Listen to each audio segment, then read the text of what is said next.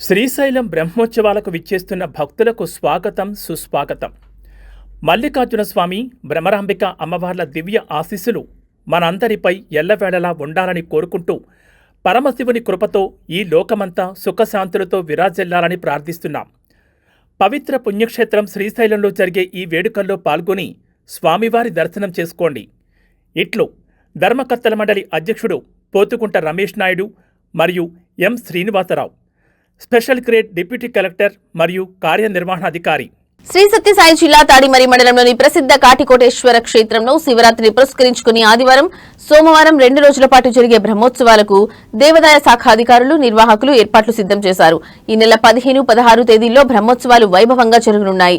ఉత్సవాల్లో భాగంగా మొదటి రోజు ఆదివారం స్వామివారు చిల్లవారిపల్లి గ్రామం నుంచి ఊరేగింపుగా క్షేత్రానికి తరలివస్తారు. ఆ రోజు స్వామికి విశేష పూజలు జరుగుతాయి.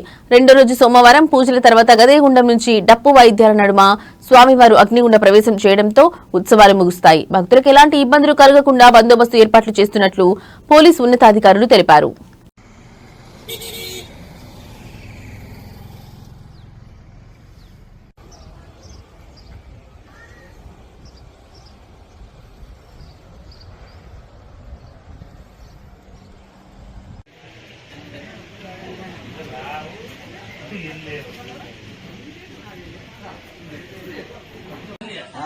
मोटरसाइकिल काउंटे बंदे అయితే నిపండి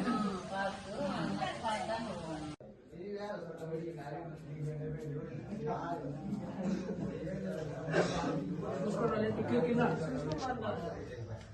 అలా ఏ చేయాలి తావ మొత్తం చెప్తారు మనమే చేస్తున్నాం కదా ఇది చెప్పరా